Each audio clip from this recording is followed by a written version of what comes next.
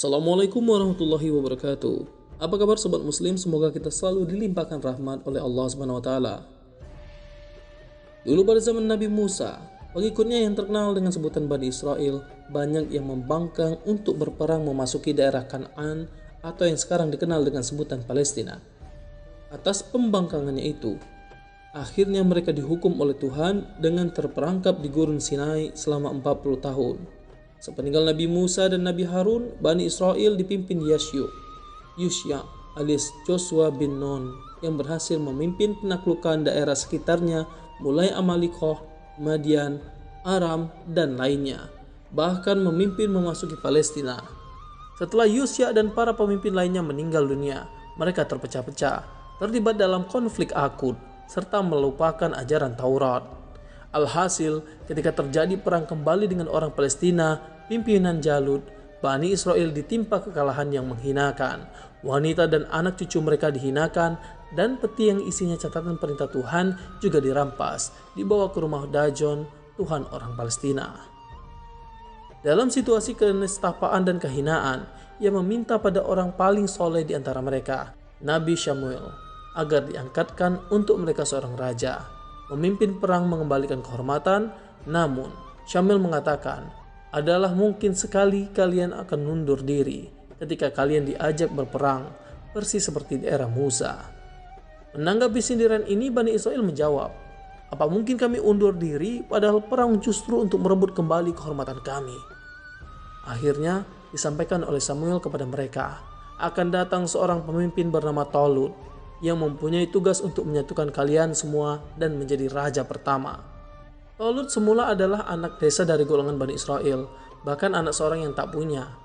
Jangankan ia akan dikenal sebagai seorang pemimpin, dalam pergaulan sehari-hari saja jarang orang yang kenal kepadanya. Tetapi dia adalah seorang yang berbadan kuat dan sehat, tinggi dan gagah perawakannya, matanya tajam, pikirannya pun luas dan tajam pula. Dan juga dia mempunyai hati yang suci dan bersih, budi pekerti yang halus dan agung. Dia tinggal di desa kecil bersama ayahnya, pekerjaannya bertani dan beternak. Pada suatu hari ketika dia sedang berada dalam kandang keledai bersama ayahnya, ternyata keledai betinanya tidak berada dalam kandang. Mungkin keledai itu tersesat ke kampung lain. Dengan ditemani oleh seorang anak, pergilah dia mencari keledai itu di tengah-tengah padang yang luas dengan menyeberangi jurang dan mendaki gunung. Berhari-hari mereka mencarinya, sampai luka-luka kedua kakinya, sehingga seluruh badan mereka pun terasa capek dan letih. Namun keledai itu belum juga ditemukannya. Lalu dia berkata kepada seorang anak yang bersamanya, marilah kita pulang, mungkin ayah telah khawatir terhadap kita karena berhari-hari belum pulang. Kemudian anak itu menjawab, sekarang ini kita sudah sampai di sebuah desa yang bernama Shofa, di mana Nabi Allah yang bernama Syamuel tinggal di sana. Lebih baik kita bertemu dulu dengan Nabi yang mulia itu, kemudian bertanya kepadanya tentang keledai kita yang hilang. Semoga turun malaikat kepadanya membawa wahyu, sehingga dapat memberi petunjuk kepada kita tentang keinginan kita ini. Setelah mendengar ucapan yang seperti itu, muncul kembali harapan dalam hati Tolut. Lalu keduanya berjalan lagi dan bertanya keberadaan dari rumahnya Nabi Syamuel tersebut. Tiba-tiba keduanya bertemu dengan dua orang anak perempuan yang sedang mencari air di sungai. Mereka meminta untuk ditunjukkan rumahnya Nabi yang mulia tersebut. Anak itu pun menjawab, barang siapa yang ingin bertemu dengan Nabi Syamuel, maka harus menunggunya di puncak bukit tempat berdirinya mereka. Dan kemudian tahulah Tolut bahwa itu adalah Nabi Syamuel yang sudah terlihat tanda-tanda kenabiannya dari orang-orang yang ditemuinya dan juga menurut keterangan dari kedua anak perempuan itu. Mereka berdua saling memandang dan terikatlah antara keduanya hati yang bersih, jiwa yang saling tertarik, walaupun mereka belum pernah bertemu sebelumnya. Dan Nabi Syamuel pun juga tahu bahwa itu adalah Tolut yang pernah diwahyukan Allah kepadanya untuk dijadikan seorang raja, sebagai pemimpin dan jenderal bagi bangsa Israel yang membutuhkan pimpinannya itu. Setelah itu Tolut bertanya bahwa maksud kami menemui Tuhan adalah untuk bertanya mengenai keledai ayahku yang hilang di padang yang luas ini. Apakah Tuhan dapat memberitahu kepada kami dengan ilmu yang Tuhan miliki? Kemudian Samuel menjawab, keledai kalian yang hilang itu sekarang telah berjalan pulang menuju kandangnya.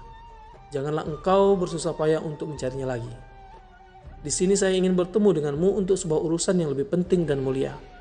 Bukan mengenai keledai yang hilang, akan tetapi mengenai sebuah urusan kemerdekaan yang sudah lama hilang. Dan bahwa Allah telah memilihmu menjadi raja bagi Bani Israel untuk menyatukan mereka, lalu menyusun kekuatannya untuk menghadapi musuh-musuh yang sudah menjajah dan mengusir mereka dari tanah airnya sendiri. Di samping itu juga Allah telah menjanjikan pertolongannya kepada engkau dengan mendapatkan kemenangan di dalam pertempuran melawan penjajah itu. Dan Talut menjawab, apakah saya akan menjadi raja, pemimpin, dan jenderal mereka? Saya ini adalah keturunan Benyamin, adik dari Nabi Yusuf, orang yang terhina dalam kalangan bangsa-bangsa yang 12 suku, paling miskin dan melarat. Bagaimana saya dapat menjadi raja untuk memegang pimpinan atas bangsa yang besar ini? Kemudian Samuel berkata, ini adalah atas iradat dan wahyu Allah. Sudah menjadi perintah Allah dan kehendaknya. Hendaklah engkau bersyukur atas nikmat Allah itu dan membulatkan tekadmu untuk memimpin perjuangan yang hebat ini. Sesudah Samuel dan Talut berjabat tangan, keduanya lalu pergi menemui bangsa Israel. Nabi Samuel bersabda kepada mereka, hai Bani Israel, Allah telah mengutus Talut untuk menjadi raja bagi kalian semua. Dia sekarang berhak untuk memegang pimpinan atasmu. Maka hendaklah kamu sekalian tunduk dan taat terhadap pimpinanmu ini dan bersiaplah untuk menghadapi musuh-musuhmu di bawah komandonya. Talut adalah seorang pemimpin yang memiliki loyalitas dan semangat juang yang tinggi serta wawasan yang luas, terutama dalam bidang politik dan kemasyarakatan. Dengan kelebihannya itu, ia berhasil menghimpun kekuatan Bani Israel untuk melepaskan diri dari penjajahan Jalut. Jalut terkenal dengan nama Goliat, adalah seorang pemimpin perang bangsa Palestina yang terkenal kejam, bengis, dan tak berperi kemanusiaan. Jalut diperkirakan muncul sekitar abad ke-11 sebelum Masehi. Ia merupakan lawan dari Talut yang ditunjuk Tuhan menjadi raja pertama Bani Israel melalui wahyunya lewat Samuel. Dalam sebuah pertempuran, Jalut dibunuh oleh seorang pemuda yang menggabungkan dirinya dalam pasukan Talut, bernama Daud, putra seorang yang soleh. Daud menghancurkan kepala Jalut dengan batu-batu besar yang dilemparkan kepadanya. Diungkapkan dalam riwayat bahwa keberanian Daud itu membinasakan Jalut bangkit karena Talut sangat mengharapkan adanya seorang tentara yang sanggup membunuh Jalut. Bahkan Talut mengeluarkan suatu maklumat, barang siapa sanggup membunuh Jalut, sehingga kaum beriman terpelihara dari tipu dayanya, akan dikawinkan dengan salah seorang putrinya dan akan diangkatnya menjadi raja sesudahnya. Terbunuhnya Jalut oleh Daud semakin memantapkan kedudukan Talut sebagai raja Bani Israel yang pertama. Kekuasaan kemudian berpindah ke tangan Daud. Dalam Al-Quran, kehadiran pasukan Jalut melawan tentara Talut ini adalah sesudah berlalunya kurun Nabi Musa. Kisahnya diungkapkan kembali oleh Allah dalam surat Al-Baqarah ayat 247 hingga 251. Kisah antara Talut dan Jalut ini diceritakan dalam Al-Quran surah Al-Baqarah ayat 246 hingga 251, yang artinya, apakah kamu tidak memperhatikan pemuka-pemuka Bani Israel sesudah Nabi Musa, yaitu ketika mereka berkata kepada seorang nabi mereka, angkatlah untuk kami seorang raja supaya kami berperang di jalan Allah. Nabi mereka menjawab, mungkin sekali jika kamu nanti diwajibkan berperang, kamu tidak akan berperang. Mereka menjawab, mengapa kami tidak mau berperang di jalan Allah? Padahal sesungguhnya kami telah terusir dari anak-anak kami. Maka tatkala perang itu diwajibkan atas mereka, mereka pun berpaling, kecuali beberapa saja di antara mereka. Dan Allah Maha mengetahui siapa orang-orang yang zalim. Nabi mereka mengatakan kepada mereka, sesungguhnya Allah telah mengangkat Talut menjadi rajamu. Mereka menjawab, bagaimana Talut memerintah kami? Padahal kami lebih berhak mengendalikan pemerintahan daripadanya, sedang dia pun tidak diberi kekayaan yang cukup banyak. Nabi berkata, sesungguhnya Allah telah memilih rajamu dan menganugerahinya ilmu yang luas dan tubuh yang perkasa. Allah memberikan pemerintahan kepada siapa yang dikehendakinya, dan Allah maha luas pemberiannya lagi maha mengetahui. Dan Nabi mereka mengatakan kepada mereka, sesungguhnya tanda ia akan menjadi raja ialah kembalinya tabut kepadamu. Di dalamnya terdapat ketenangan dari Tuhanmu dan sisa dari peninggalan keluarga Musa dan keluarga Harun. Tabut itu dibawa malaikat.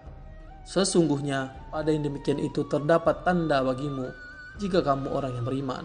Maka tatkala Talut keluar membawa tentaranya, ia berkata, sesungguhnya Allah akan menguji kamu dengan suatu sungai. Maka siapa di antara kamu meminum airnya, bukanlah ia pengikutku. Dan barang siapa tiada meminumnya, kecuali menceduk seceduk tangan, maka dia adalah pengikutku. Kemudian mereka meminumnya kecuali beberapa orang di antara mereka. Maka tatkala Talut dan orang-orang yang beriman bersama dia telah menyeberangi sungai itu, Orang-orang yang telah minum berkata, "Tak ada kesanggupan kami pada hari ini untuk melawan Jalut dan tentaranya." Orang-orang yang meyakini bahwa mereka akan menemui Allah berkata, "Berapa banyak terjadi golongan yang sedikit dapat mengalahkan golongan yang banyak dengan izin Allah, dan Allah beserta orang-orang yang sabar." Tatkala Jalut dan tentaranya telah menampak oleh mereka, mereka pun berdoa, "Ya Tuhan kami, tuangkanlah kesabaran atas diri kami, dan kokohkanlah pendirian kami, dan tolonglah kami terhadap orang-orang kafir." Mereka mengalahkan tentara Jalut dengan izin Allah, dan Daud membunuh Jalut. Kemudian Allah memberikan kepadanya pemerintahan dan hikmah, dan mengajarkan kepadanya apa yang dikehendakinya. Seandainya Allah tidak menolak sebagian umat manusia dengan sebagian yang lain, pasti rusaklah bumi ini. Tetapi Allah mempunyai karunia atas semesta alam. Dari ayat di atas dapat dipahami bahwa Talut dijadikan raja pertama untuk memimpin Bani Israel melawan Jalut dan tentaranya. Namun, pada waktu itu Bani Israel langsung menentang dan melanggar sumpah serta janjinya sendiri. Karena Talut dianggap bukan dari keturunan terhormat. Sebab raja-raja Bani Israel dilihat dari kekayaan yang menjadi ukuran keutamaan dan kemuliaan bagi mereka. Dan juga karena di sini Bani Israel mempunyai calon yang lebih baik untuk dijadikan raja dan pemimpin menurut mereka, yaitu anak Lewi, keturunan dari segala nabi dan rasul, keturunan Yahuza yang selamanya memegang tampuk pimpinan, dan keturunan raja-raja pula. Maka atas dasar itulah mereka menentang Talut untuk menjadi raja pertama bagi mereka. Karena Talut seorang yang miskin dan tak punya, bukan keturunan dari kalangan orang terhormat, bertangan kosong, serta tak mempunyai kekayaan untuk menjalankan pemerintahan. Awalnya Bani Israel diusir oleh kaum Amalek dari tanah suci mereka sendiri, yang mana sudah mereka taklukkan di bawah pimpinan Nabi mereka Yusya, sesudah masa mereka terkatung-katung di padang Tih. Dan setelah wafatnya Nabi Musa alaihissalam, dan benda suci dari tangan mereka yang berupa tabut, tempat menyimpan peninggalan nabi-nabi mereka dari keluarga Nabi Musa dan Nabi Harun itu juga dirampas.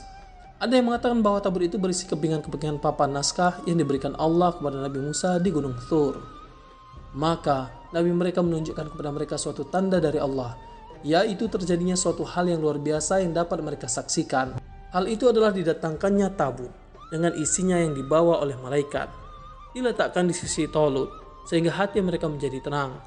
Berkatalah Nabi mereka, "Sesungguhnya tanda ini sudah cukup untuk menunjukkan bahwa Allah benar-benar telah memilih Talut jika kamu benar-benar beriman." Kemudian Talut mempersiapkan tentaranya yang tidak berpaling dari kewajiban jihad dan tidak merusak janjinya kepada Nabi mereka sejak awal perjalanannya. Dan Talut berpidato di hadapan mereka, menerangkan syarat-syarat tentara yang dia kehendaki. "Hai rakyatku sekalian, dalam ketentaraan yang telah aku susun ini, tidak boleh ikut serta menjadi anggotanya bagi orang-orang yang masih ragu-ragu dan tidak penuh semangatnya. Orang-orang yang telah meminang seorang perempuan tapi belum menikah dengan perempuan tersebut, atau orang-orang yang mempunyai dagangan sedang hatinya masih selalu kepada dagangan itu." Setelah syarat-syarat tersebut dipenuhi dengan baik, maka terbentuklah suatu tentara yang berdisiplin untuk berperang melawan Jalut, dan tentaranya yang menurut Qatadah berjumlah 80 orang.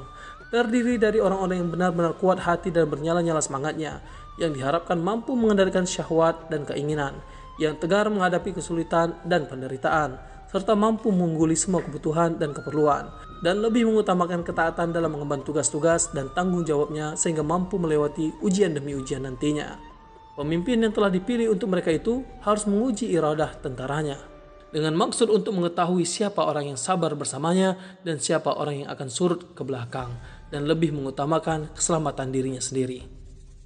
Benarlah firasatnya ketika telah melewati sungai yang terletak di antara Yordania dan Palestina, yang mengalir deras, yang berada di gurun pasir dan padang tandus yang gersang.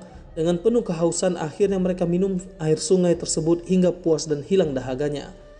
Yang pada mulanya Talut memperbolehkan mereka minum, namun hanya dicukupkan seciduk tangan saja untuk membasuhi tenggorokannya, akan tetapi mereka nekat meminumnya, kecuali 4.000 orang yang tetap disiplin, teguh pendirian dan patuh pada pemimpinnya. Sedangkan 76.000 orang telah membangkang akan perintah Talut dengan meminum air sepuas-puasnya, sehingga mereka kekenyangan dan tidak dapat melanjutkan perjalanan. Kemudian Talut melanjutkan perjalanan dengan hanya disertai sisa pasukannya yang sedikit, tapi masih setia dan loyal untuk memerangi Jalut. Demikianlah berapa banyak golongan yang sedikit dapat mengalahkan golongan yang banyak.